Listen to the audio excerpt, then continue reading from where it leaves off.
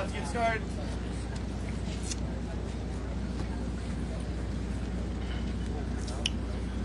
Good morning. Thank you for being here today. My name is Stephen McCraw, Director of Texas Department of Public Safety. On Tuesday, the District Attorney for the 38th Judicial District, Christina Mitchell, requested that the Texas Rangers under the Department of Public Safety assume lead responsibility of this horrific murder of 19 innocent child and 2 adults. Our goal today is to provide the parents, the community of Uvalde, the public, as much information as we can on where we are on the investigation.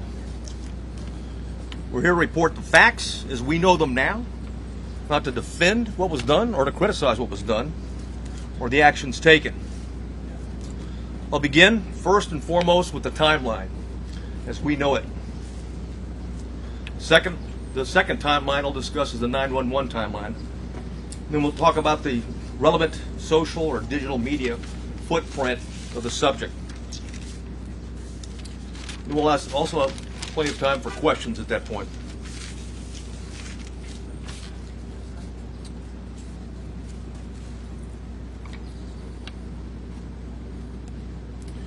At 11:27, we know from video evidence, at 11:27, the exterior door suspected of where we knew the shooter entered, Ramos, was propped open by a teacher.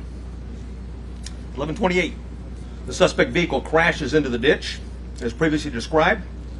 The teacher runs to the room 132 to retrieve a phone, and that same teacher walks back to the exit door, and door remains propped open. There were 2 males, as reported by Regional Director Escalon yesterday. There were 2 males at a funeral home that when they heard the crash, they went to the crash scene. When they arrived at the crash scene, before they got there, they saw a man with a gun exit the passenger side with a backpack, and they immediately began running. Ramos began shooting at him. Did not hit him.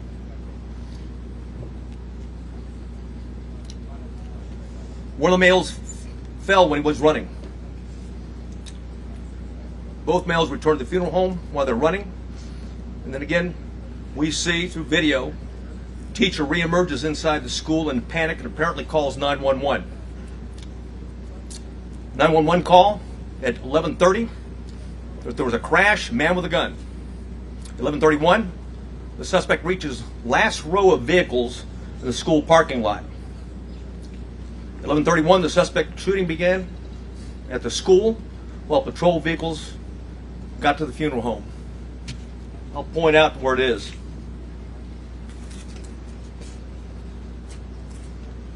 Crash vehicle's over here. Suspect sliding behind a vehicle, started walking down, shooting into the classroom. There was a discussion early on that an ISD, consolidated ISD for Uvalde, was a resource officer and had confronted the subject. That did not happen, as R.D. Escalon talked about yesterday. It was certainly stated in preliminary interviews, but often these preliminary interviews and a cursory walkthrough doesn't reveal the type of information, and certainly, police officers, like anyone else, under stress, sometimes witnesses get it wrong. But the bottom line is that officer was not on scene, not on campus, but had heard the 911 call with a man with a gun, drove immediately to the area, sped to what he thought was the man with a gun, to the back of the school, what turned out to be a teacher, and not the suspect. In doing so, he drove right by the suspect, who was hunkered down behind a vehicle, where he began shooting at the school.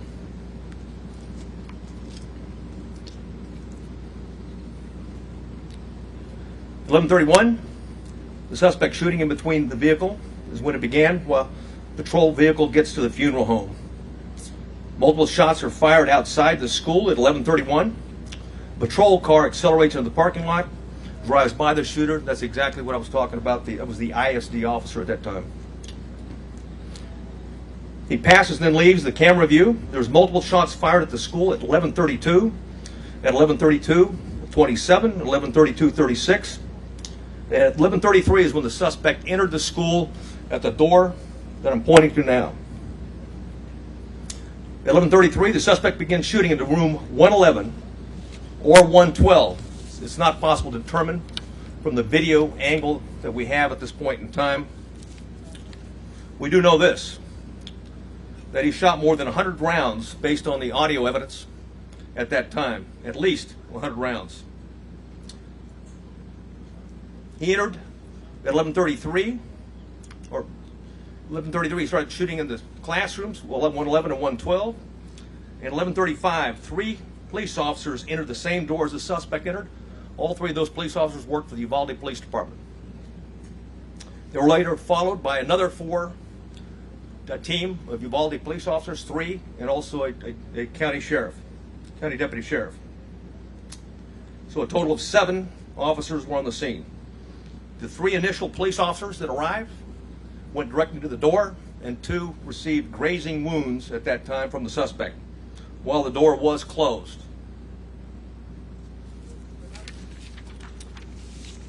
At 11:37, there was more gunfire. Another 16 rounds was fired at 11:37. 1 at 11:37 and 16 seconds, 11:38, 11:40, 11:44. At 11:51, a police sergeant and USB agents started to arrive. At 12:03, officers continued to arrive in the hallway, and there were as many as 19 officers at that time in that hallway.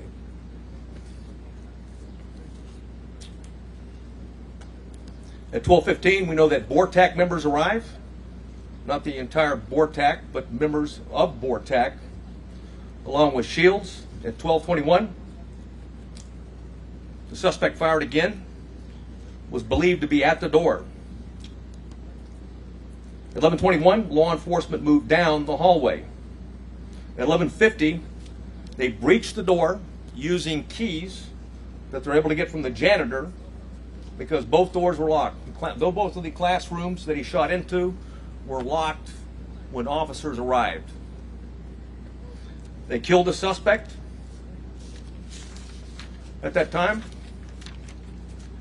And now I'd like to go over the 911 timeline.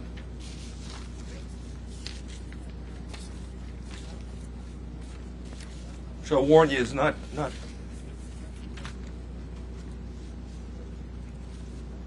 it's better that I read it than you listen to it.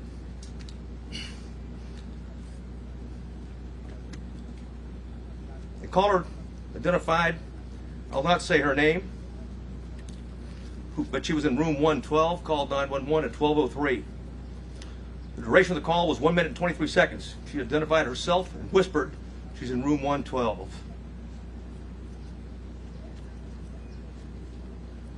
At 12:10, she called back in room 12, advised there were multiple dead. 12:13, again she called on the phone. Again at 12:16, she called back and said there was 8 to 9 students alive.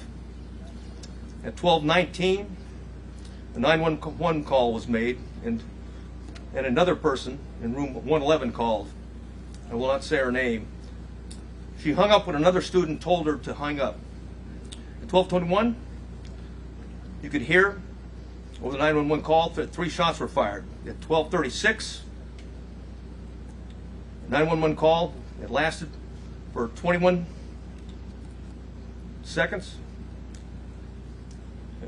The initial caller called back, student, child, called back, and was told to stay on the line and be very quiet. She told 911 that he shot the door. At approximately 12:43 and 12:47, she asked 911 to please send the police now.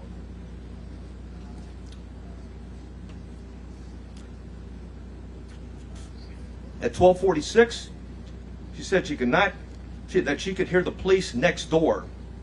At 12:50, shots are fired.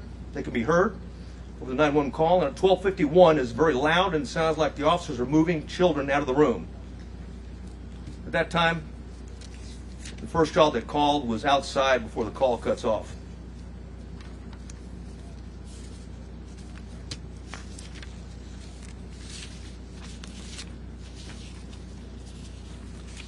Additional information that we have is that there are 58 total magazines at the school related to the crime scene. 11 of those magazines were inside the school. 3 were on the suspect's body, 2 in room 112, 6 inside room 111, 5 were on the ground, 1 was in the rifle. There were 32 magazines outside the school, but on school property, 1 just outside the school building and 31 in the suspect's backpack that he did not take into the classrooms with him. There's 15 magazines at the crash site. There were 2 magazines at the suspect's residence for a total of 60 magazines. He had purchased and had a total of 1,657 total rounds of ammunition. 315 of those rounds were inside the school. 142 of those were spent cartridges. 173 were live rounds. 922 were outside of the school, but on school property. 22 of those were spent cartridges. 900 were live rounds. 422 were at the crash site. 22 were spent cartridges. 420 of those were live rounds. There's 35 spent law enforcement cartridges total in the school. 8 of those were in the hallway. 27 were inside the classroom. 111 where the suspect was killed.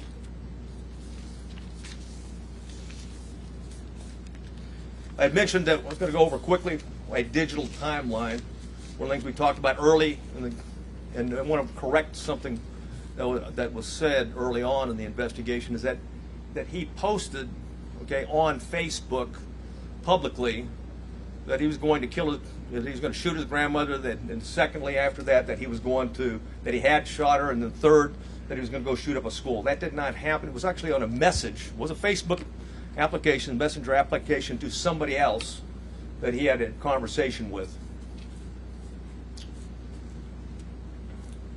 We know that through his digital media footprint, and I'll just do by date time, that Ramos asked his sister to help him buy a gun. She flatly refused. That was in September of 21. I'll avoid some of these and get to he had Instagram, a 4-group chat, and it was discussed that Ramos being a school shooter. That was on February 28th of 2022. On March 1st of 2022, there was an Instagram he had with 4 people. It was a chat. He discussed him buying a gun. On March 3rd, 2022, there was another 4-person chat. Quotations, word on the street is you are buying a gun. Ramos replied, just bought something. RN.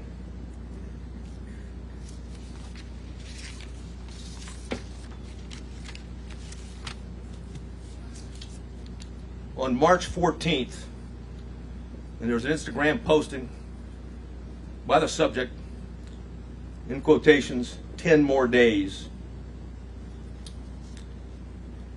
A user replied, are you going to shoot up school or something? The subject replied, no, and stop asking dumb questions and you'll see.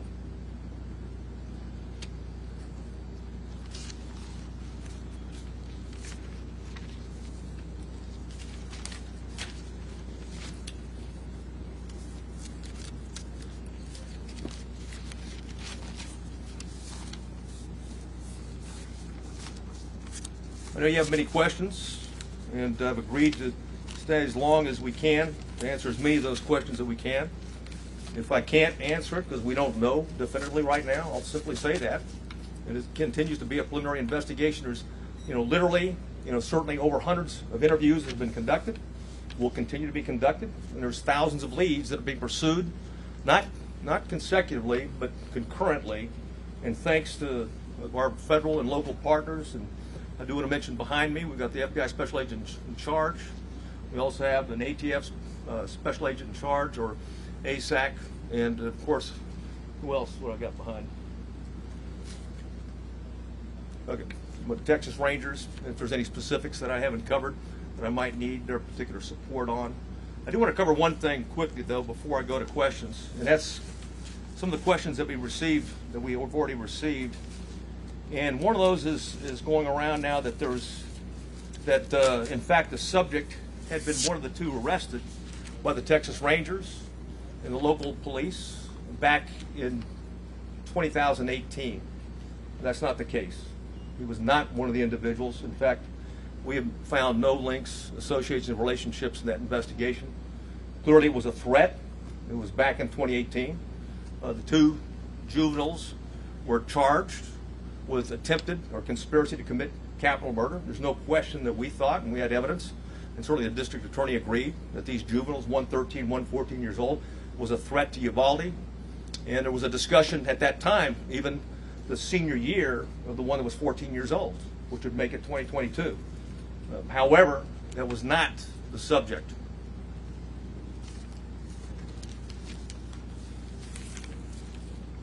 Questions? Huh? Okay. Oh, yeah.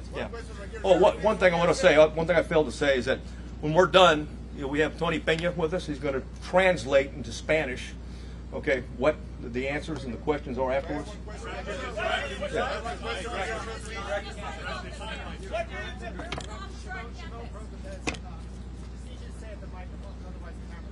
Thank you for doing this, and I do hope you stay here and take as many questions as possible.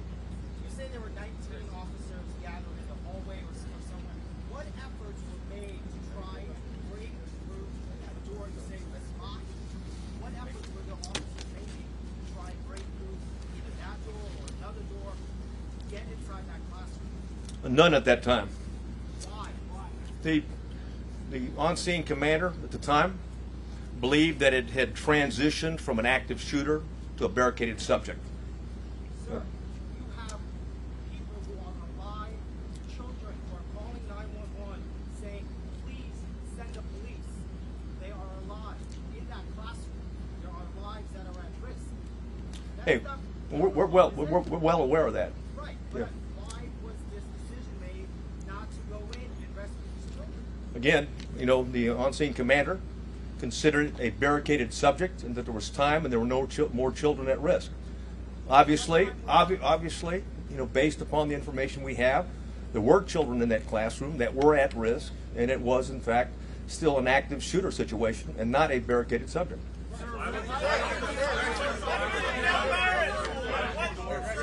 Yeah.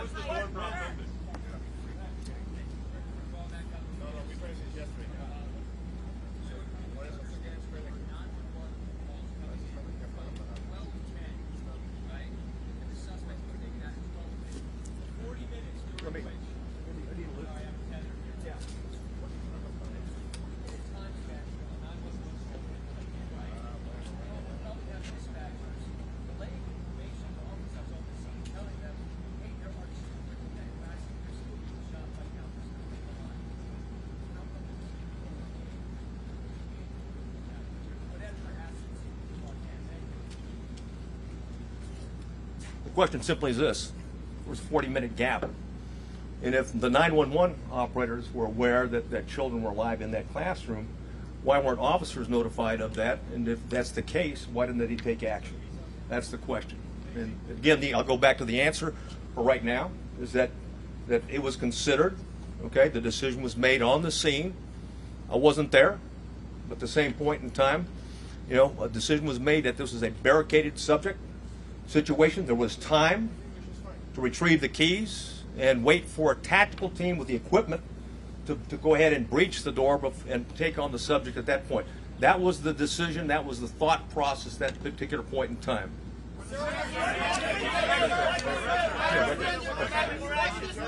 can you tell parents that were demanding more action? What? Police. What can you tell parents that were here waiting and asking for the police to go in? Did you end up calling it for them?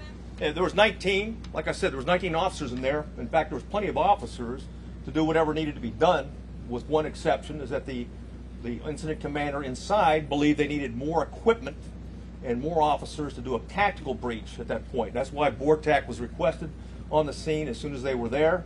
They executed a search, or at least a dynamic entry, and went in, and of course, that was not till 12. That was not till 12:57.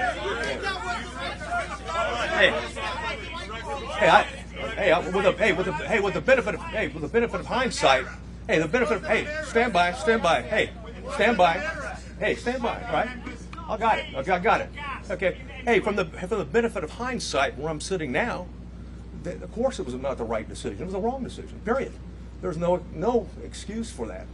But again, I wasn't there, but I'm just telling you, from what we know, we believe there should have been an entry at that as soon as you can. Hey, when there's an active shooter, the rules change. It's no longer, okay, it's no longer a barricaded subject. You don't have time. You don't worry about outer perimeters. And by the way, Texas embraces active shooter training, active shooter certification, and that doctrine requires officers, we don't care what agency you're from, you don't have to have a leader on the scene. Every officer lines up, stacks up, goes and finds where those rounds are being fired at and keeps shooting until the subject is dead, period.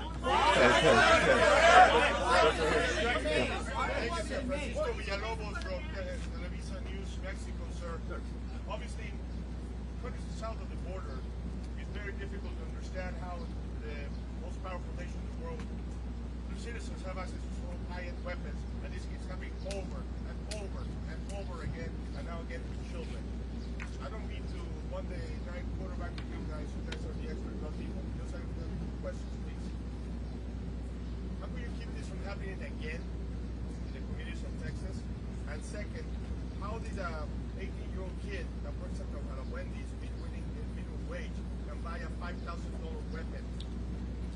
Well, answer the last. He used a debit card first, but to your point, it's very expensive, and a debit card is not a credit card. It means he had money in the bank. So why and how is being looked at right now, and I'll tell you this, thousands of more leads are being looked at right now because we haven't answered all the questions. We haven't gotten into the why. Okay, we know the individual was also into cyber gaming in that regard, and group gaming in that regard. So we've got a lot of questions are out there, and we're seeking answers. But we've got an obligation. We'll continue to update you when we find something out. Hey, yes.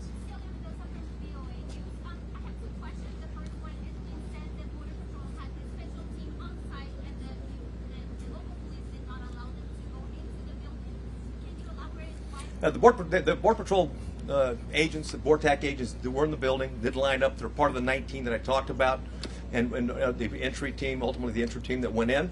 But I can tell you that they were told, just as any other officer was told, and others, even command staff that came on board, is that the incident commander at the time believed that in fact it was a barricaded subject, that we had time, there was no kids at risk.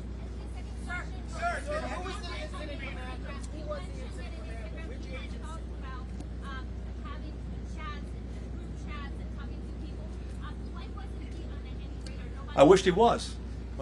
Because then there's no question. And I'll say this right now, and every time we have one of these, and there's copycats, okay? And we need the public, just like we did back in 2018, there was a public, okay, that came forward that we got 2 people that are about to shoot up a school or planned to shoot a school. It's imperative on the public, when you get something, just because the guy sounds like he's a nut, he may be a nut. But just because it sounds like, well, possible to do, he may be intended to do, as I've read the timeline based upon the chats that he had. So we need everyone, when we have a threat to life like that, to take it seriously and report it, because ultimately this is tragic. What do you tell the parents of 19 kids, or the families of two teachers? Yeah. Hey. Yes, sir. Yes, sir.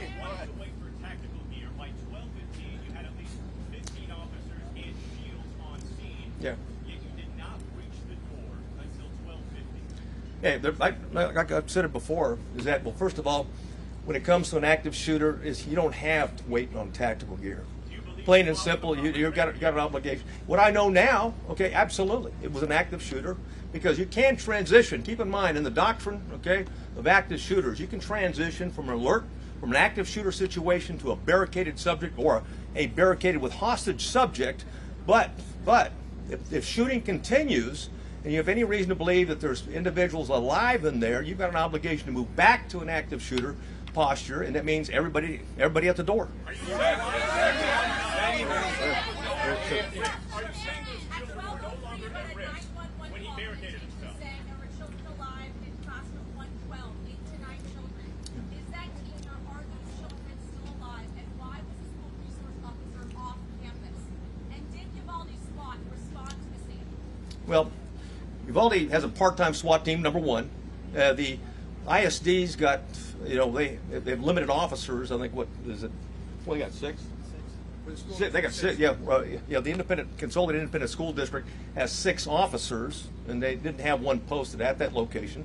And someone said, "Hey, what do you tell the parents?" I mean, bottom line is that, or someone talked about and said, when there's kids in the room, why wasn't there an entry? Because it was believed, like I said at the time, that the subject was stationary, barricaded. There was no risk to other children.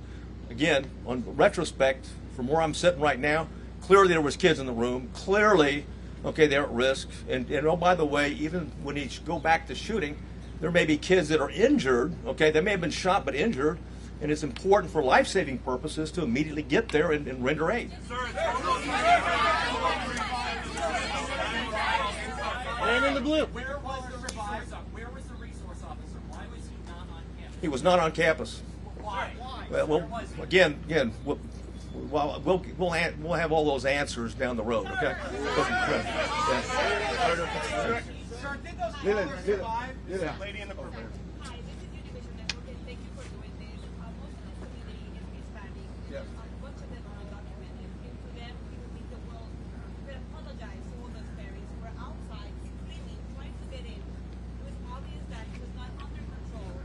Their help could have been great. Some parents were able to get their children out of the school, not as a police officer, not as somebody that belongs to the government, but as a parent, as a human being. What do you say to those parents who are about to bury their children? Well, first, I want to say that the Consolidated Independent School District officers were there early. There was 4 of them, and they immediately began evacuating the school and did that throughout the process. So keep in mind, so that was going on. And what do I say to the parents? I don't have anything to say to the parents other than what had happened. We're not here to defend what happened. We're here to report the facts so they have the facts. Who was the Yeah. Hey, bottom line, the consultant. And his family members gassed or tased outside the building. I'm sorry. Oh, I don't have any information on that.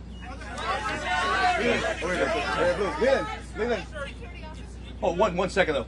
However, we did review what DPS officers arrived on the scene, what they did, and looked at those instances. You know the parents of the children who died are watching right now. And they're Yes. hearing you say that not everything that could possibly have been done as humanly fast as it could be done was done. Are they owed an apology from somebody, be it the incident commander and the police department here? If I thought it would help, I'd apologize. Okay. But let me say this. Hey, let me say this. Hold on. When you go back to the timeline, again, I want to go back and I'm not defending anything, but you go back to the timeline. There was a barrage. Hundreds of rounds were pumped in 4 minutes. Okay, into those 2 classrooms. Then anything else, any firing afterwards was sporadic, and it was at the door. So the belief is that there may not be anybody living anymore, and that the subject is now trying to keep law enforcement at bay or entice them to come in to suicide by contact. I understand that. I've reported that. Yeah.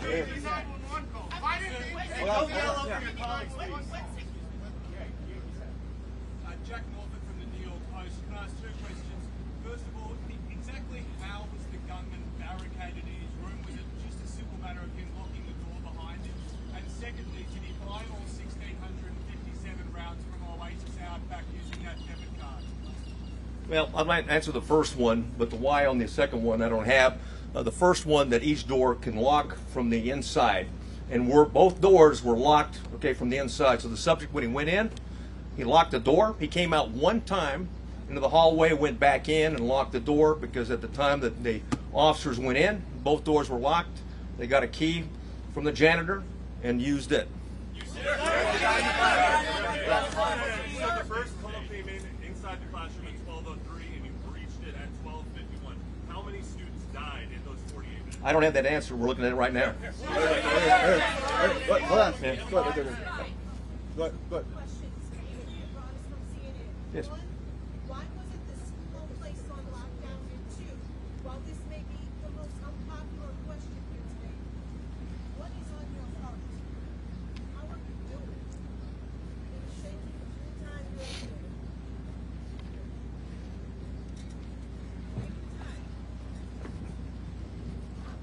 Yeah, thanks a lot.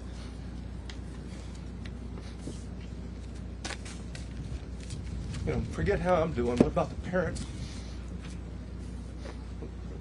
of those children? You know, forget about me. What about me or officers and stuff like that? We take an oath to uphold the law and protect people. I mean, anytime something tragic like that, we want to know why it happened and if we can do better next time, is the bottom line. And call it like it is. It's tragic. Quite frankly, I mean, there shouldn't be anybody. You know, ideally, we've been able to identify this guy as a suspect and address it before he even thought about attacking, you know, on the 24th. Was he What? Go ahead. Go ahead. Over here. There's a lot of ammunition, a lot of rounds. Are there other people that you're looking at to arrest? We're- That aided him? And we're looking at other people.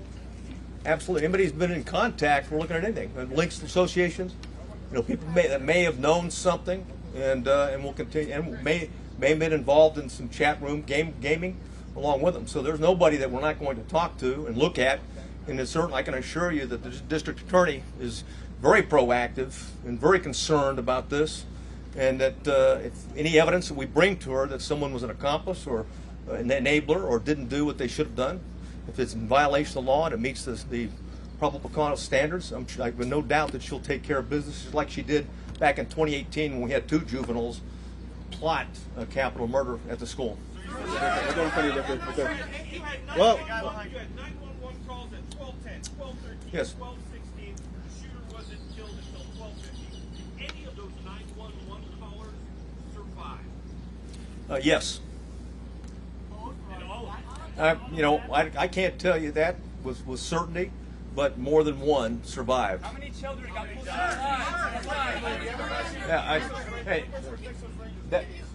I'm sorry, what? Could you give us an update on the number of officers injured, their condition, where they are now, and also were there any windows in the classroom that the officers should enter? Yes, the windows I'll go backwards, right over here. I'll move over here. Something shot into these windows right here as he's approaching the door, right? So the children were vulnerable all the time going through. We don't have any recording of any of the children maybe injured but not dead when he shot in this particular area, right? As to the answer in terms of someone could have shot opposite in that regard, so I don't have the answer to that, quite frankly. Right? We're looking at a number of different things in terms of ballistics and things like that. What you can do, keep in mind, when you've got children, okay, in here, come back to the mic. we've got children in Bring here. the map closer to the mic. Oh, excuse me, yeah. Bring the map closer to the mic. Okay. Be able to- Right.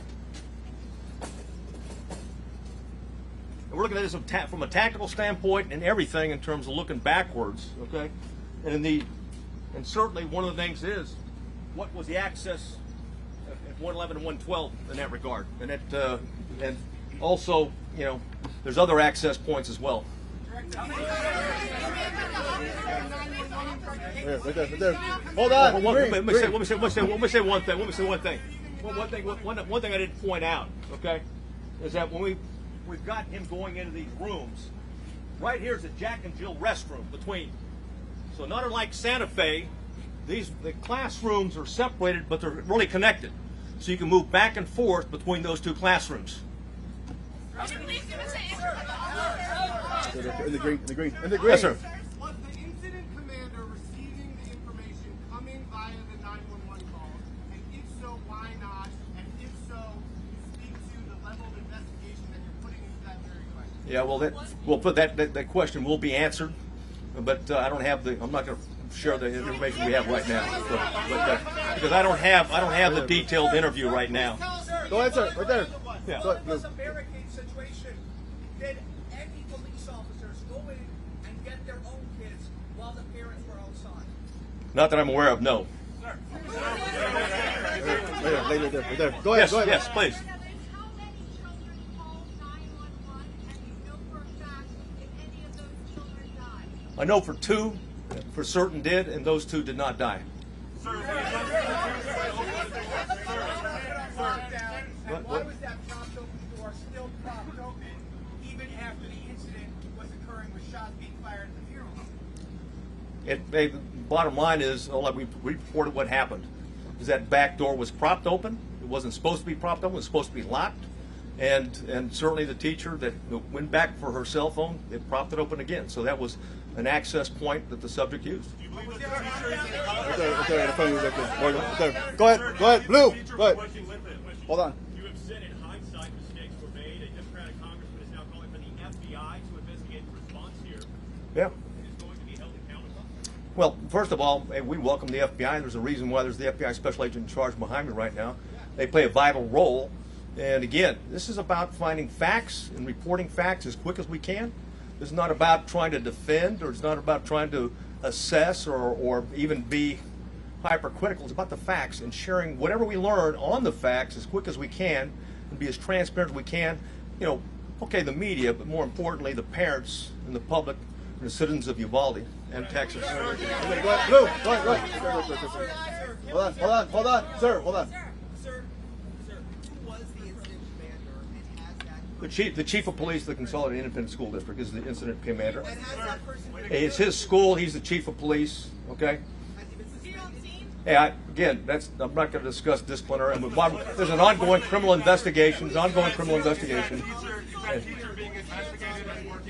Again, I'm not going to get into that. Matt, go ahead. Go ahead. Yeah, Matt.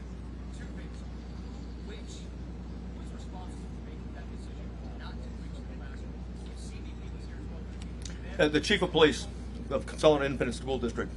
He was convinced, and again, I'm going to go back and say, he was convinced at the time that there was no more threat to the children, and that the subject was barricaded, and that they had time to organize with the proper equipment to go in. The subject already had hit, 3 officers, and hit 2 officers, and I didn't answer the final question. A third, a border patrol agent, was grazed as well, but no police officer was seriously injured.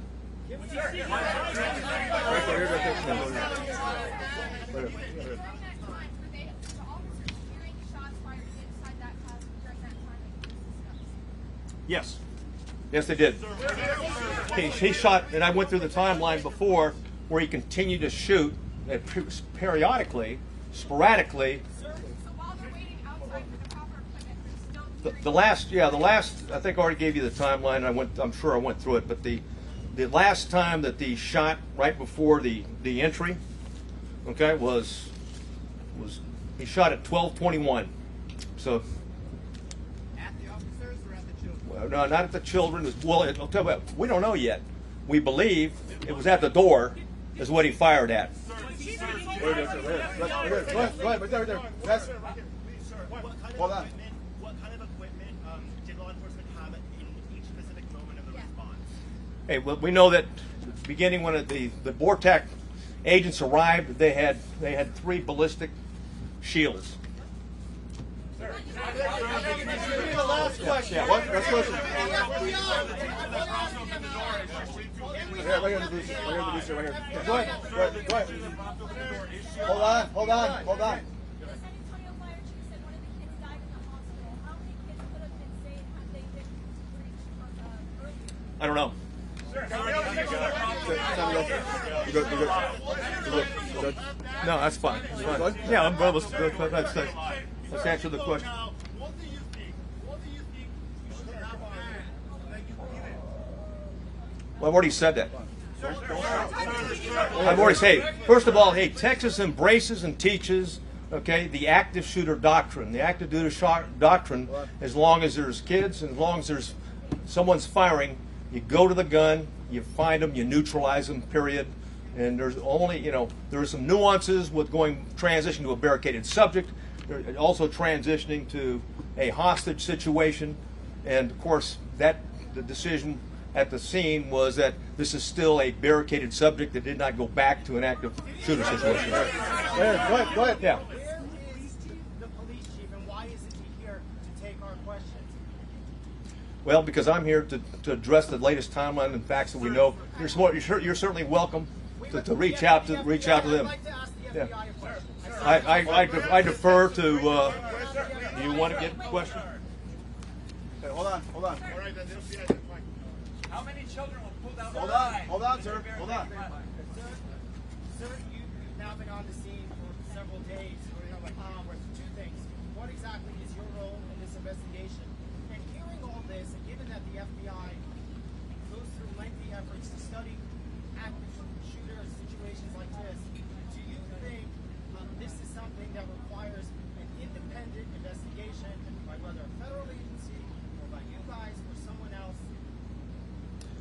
Thank you for the question. So my name is Oliver Rich. I'm the special agent in charge of the San Antonio division. First, I want to say I understand there are a lot of questions and there's a lot of frustration in the public, and our heart goes out to the families and the victims in this tragedy. I will say our role here remains the same. We are here to assist in this investigation, to provide the support to the community to the best of our ability. We've had 200 people here for over 4 days. We have people working all across the country to support this community and to support this investigation. We are continuing in that vein. We have victim specialists here working with people in the community, and we will continue to do that. If the facts bear out that there is a federal nexus, then the FBI will conduct an appropriate investigation at that time. But for now, we continue in this to support the Texas Rangers. Is that something you guys would investigate? Okay, sir, are you going to ask for How many more questions? Two more questions. Sorry, 2 more questions. Guy in purple. Okay. Yes.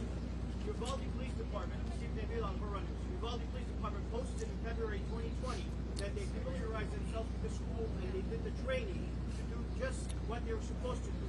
How come they're not in lead, or their commanding officer was not in lead when they were familiarized with this training, and they should have done what they were posting on Facebook they were doing? Who dropped the ball? Yeah, I don't have the answer to that question. Okay, last question. Right in the question. Right in the question. Yeah. Go ahead. President Biden will be here on Sunday. Your thoughts on that? Do you have a message for the president? Yeah, welcome here. Welcome to Texas. And this community has been hit hard. And I think it's noble that the president's going to be here to recognize the pain and suffering that this community is going through. And I think that's what leadership is. That's why Governor Abbott's here. That's why Lieutenant Governor, leaders go to where the problem is. And right now, the problem is in Uvalde, Texas. Okay. Will you ask for an investigation? Who did the chief consult to wait 30 minutes? Can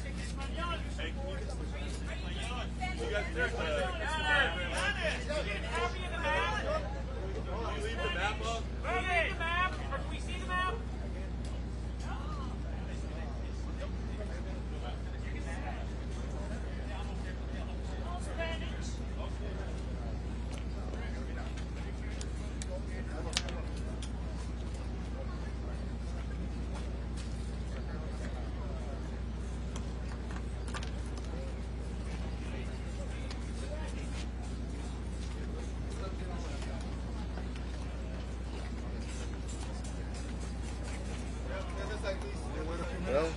So in 2020, they took the training, right?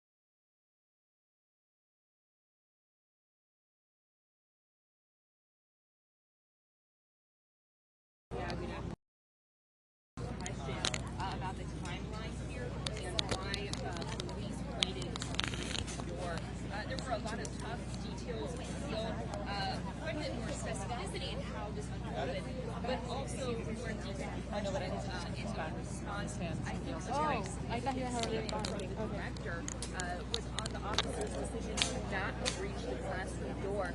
The director flat out said that was not the right decision, and that's been a large question. Why did they wait? Now, the director said that the incident commander believed it had transitioned from an active shooter to a barricaded subject and was convinced of that. He says the decision was made that there was more time, including for them to get keys from a janitor's room to unlock 2 classroom doors. The director says, thought they needed more for a tactical breach. And the director said, obviously, children were at risk, and it was, in fact, an active shooter situation. We learned a little bit more about the 911 calls as well. We know those came in from 2 rooms, according to the director. The director gave some more detail about what was said over those calls, saying one girl called from the room, and in a subsequent call said that there were people dead, multiple people dead, and 8 to 9 alive at that time. And another classroom, they received another call. The person hung up when it was the director said in a series of 911 calls, shots could be heard over the audio. At least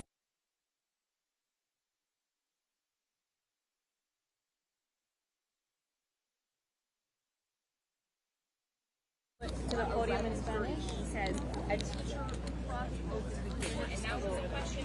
Investigators Okay. This one's already on. I don't want to. I think we're waiting just to see if they go up to the podium. Okay. If they don't need this.